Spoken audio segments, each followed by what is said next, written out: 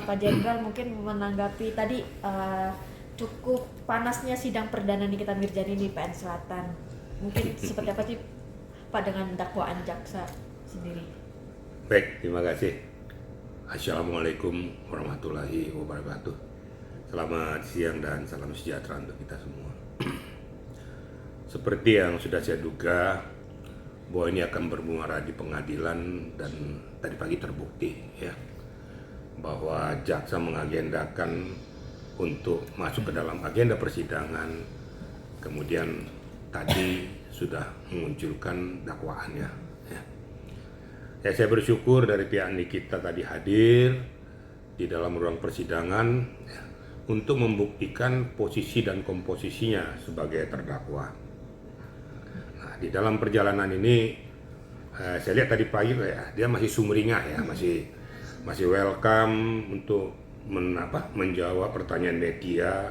Saya berharap sebenarnya seperti itu aja. Jadi kita harus menghilangkan situasional itu supaya jangan ada kegalauan di hatinya. Kita siap untuk menghadapi sidang. Dan saya lihat tadi ini kita juga menjawab saya siap menghadapi sidang. Yang pertama.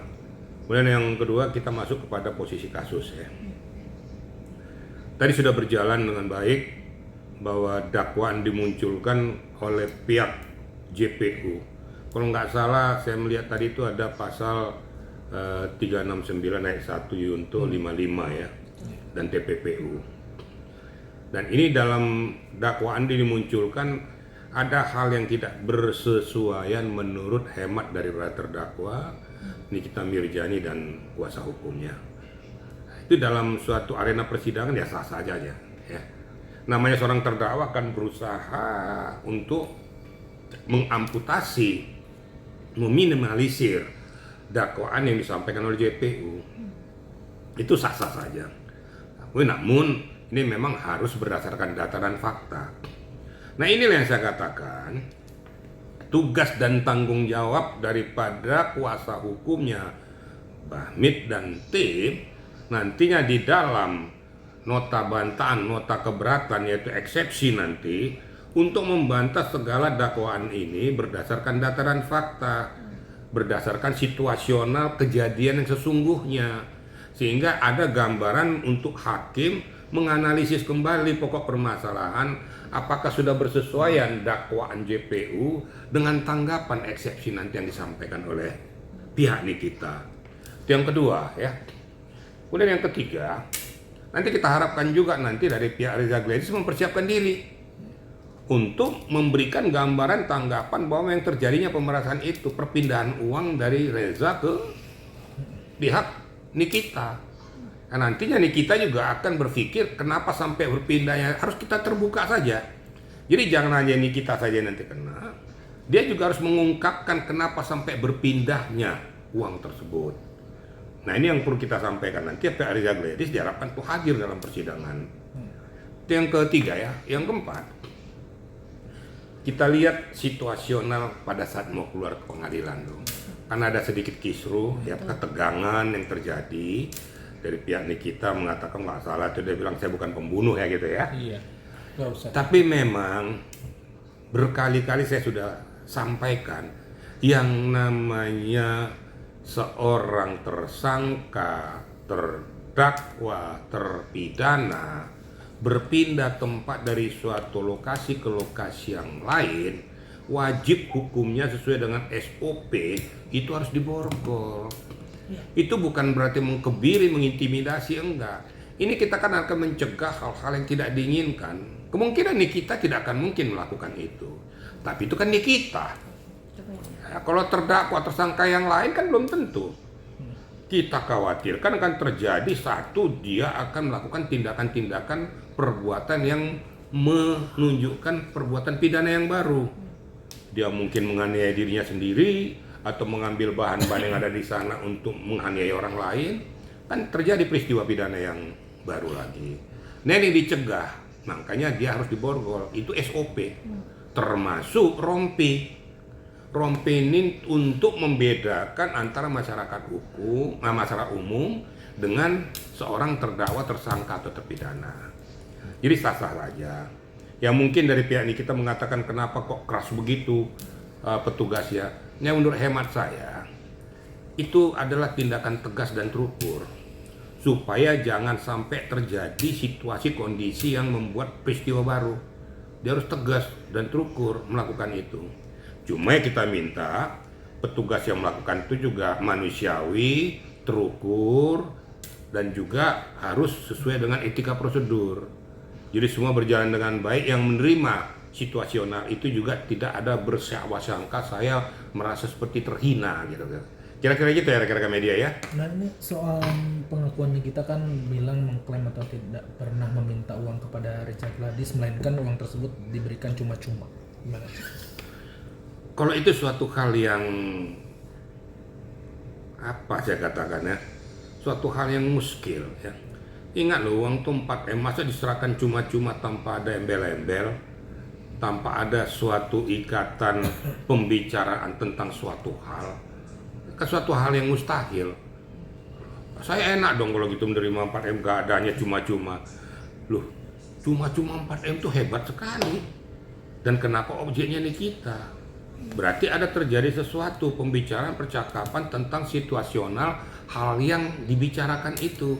Kalau nggak salah ya saya harus tetap menohok, ini pasti masalah skincare. Kenapa sampai terjadi itu? Ada apa dengan Reza Gladys memindahkan uang ini kepada Nikita? Pasti ada sesuatu di balik itu.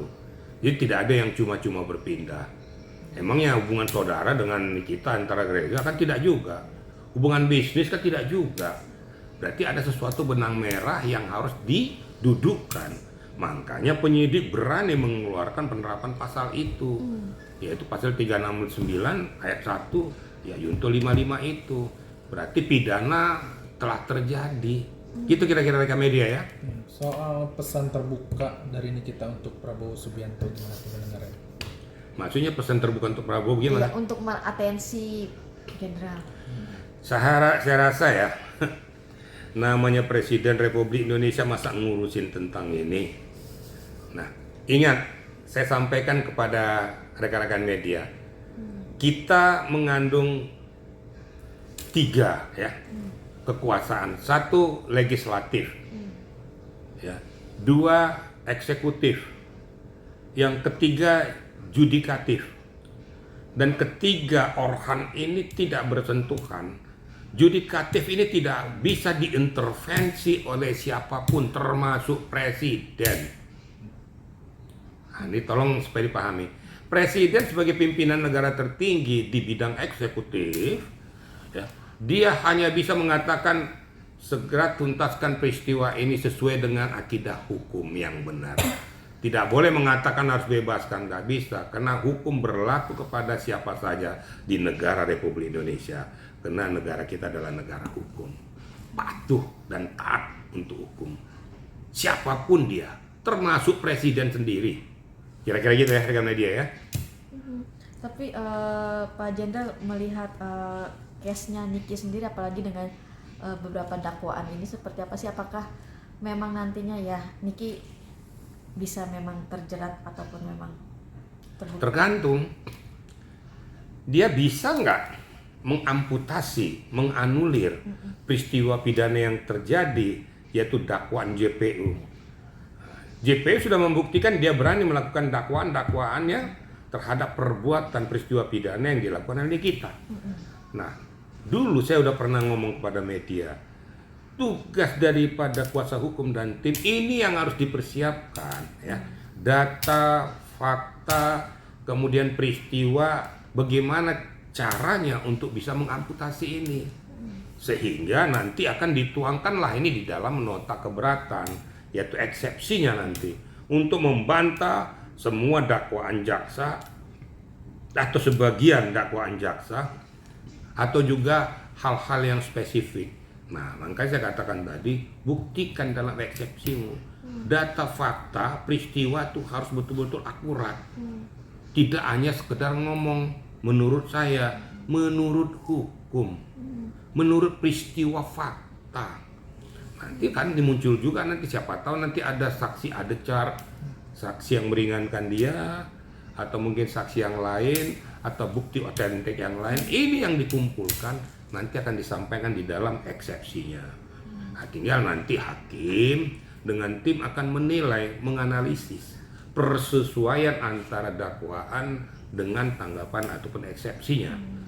Adakah miss, mana yang paling benar, nanti hakim lah nanti yang menilai peristiwa itu. Gitu kira-kira rekan media ya. Oke, Pak Jenderal, untuk ke posisi Reza Gaji kan cukup menarik, artinya kan memang salah satunya yang kurang mungkin disoalkan posisinya Reza Gladys. Tapi kalau menurut Pak Jenderal seperti apa sih Reza Gladys pada saat nanti dimunculkan? Apakah akan memang dia bisa akhirnya bisa terlibat atau gimana nih Pak? Ya menurut hemat saya begini ya. Dulu kan pernah saya katakan, hukum sebab akibat. Tidak ada terjadi peristiwa kalau tidak ada penyebabnya. Kan gitu ya. Nah sekarang nanti akan dimunculkan Reza Gladys untuk mempersiapkan tanggapannya tentang peristiwa yang sudah terjadi terhadap dirinya. Kenapa bisa dia melaporkan Nikita dan Mail ke kepolisian, CQ penyidik, tentang suatu peristiwa pemerasan. Nanti kan disampaikan, "Lah kenapa sampai kau mau diperas? Kan kamu tidak dibunuh. Atau kau kan tidak dilakukan pemukulan dan sebagainya. Kenapa kamu memberikan uang itu?" Itu yang saya katakan, alangkah ironisnya, tidak mungkin uang berpindah kalau tidak ada suatu peristiwa. Nah peristiwa apa ini? Ya peristiwa ini ya pasti tidak jauh daripada apa yang sedang digeluti oleh Reza. Ya, tentang masalah skincare. Berkali-kali saya sudah katakan, ya BPOM muncul dan speak up tentang situasi kondisi skincare yang ada ini. Karena kelemahan skincare ini ada. Kelemahannya itu hanya didaftarkan secara online. Secara online kemudian sampel bukti diverifikasi di BPOM. Seyogianya apa yang sudah merupakan laporan daripada pemohon itu harus dicek rumah produksi sesuai nggak kandungannya, apakah itu overclaim atau underclaim. Itu dulu kan sudah pernah saya ngomong tuh, apakah dia mengandung sulfur, mengandung zat berbahaya, mengandung kimia yang bisa mengakibatkan iritasi kepada kulit tubuh manusia. Nah kalau memang sudah standar, BPOM bunyi dong ini standar, jangan diam. Sehingga orang kan bersangka masyarakat ini yang benar yang mana sih. Sebenarnya kata kunci BPOM harus bunyi, jangan diam-diam saja. Dan saya yakin nanti BPOM akan diperiksa oleh pihak pengadilan untuk membuktikan itu. Kan gitu. Nah sekarang bersesuaian nggak keterangan Reza Gladys dengan apa yang dihasilkan oleh BPOM? Nah itu kira-kira yang disampaikan pada media. Ada juga saya dengar, saya monitor, ada bunyi tentang masalah doktif ya. Nah pasti akan nanti orang-orang yang disebutkan doktif yang dalam dakwaan bunyi-bunyi terus bunyinya, orang ini akan diperiksa, diminta keterangannya untuk hadir di sidang pengadilan. Tinggal doktif akan menjelaskan apa yang dia ketahui, apa yang dia alami, apa yang dia akan sampaikan itu sesuai dengan apa yang dia miliki. Mungkin gitu, nanti akan hakim akan menilai semuanya.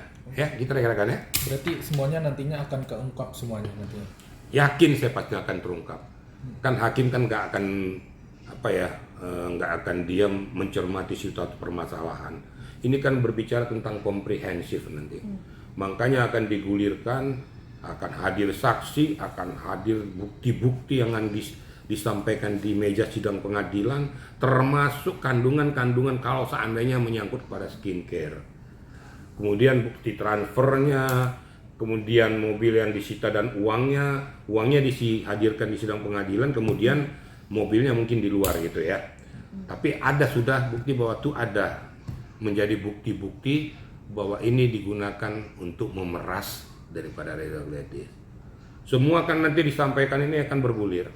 Kalau feeling saya katakan bahwa nanti akan bermuara kepada keputusan hakim yang berkeadilan. Nah, apa keputusannya saya tidak mau mendahului hakim, walaupun saya sudah tahu keputusannya pasti apa. Tapi kan hakim pemutus terakhir itu berkekuatan hukum tetap. Gitu kira-kira rekan media ya. Oke. Pak, mungkin terakhir adalah yang menarik adalah Niki meminta penangguhan penahanan di ruang sidang sendiri. Iya, ini gimana sih? Apakah memang nantinya kalau dari kacamata Pak Jenderal bisa dibebaskan atau tidak sih Pak? Karena mengingat dakwaan yang cukup berat. Gini ya, masalah itu ditangguhkan atau tidak kan tergantung penilaian daripada hakim. Tentunya dia yang meminta kepada JPU, hakim akan menilai, JPU mengizinkan, meluluskan atau tidak, kan gitu. Masalah ini peristiwa berat atau tidak kan nanti si hakim yang menilai nanti semua. Jadi kita nggak bisa berandai-andai.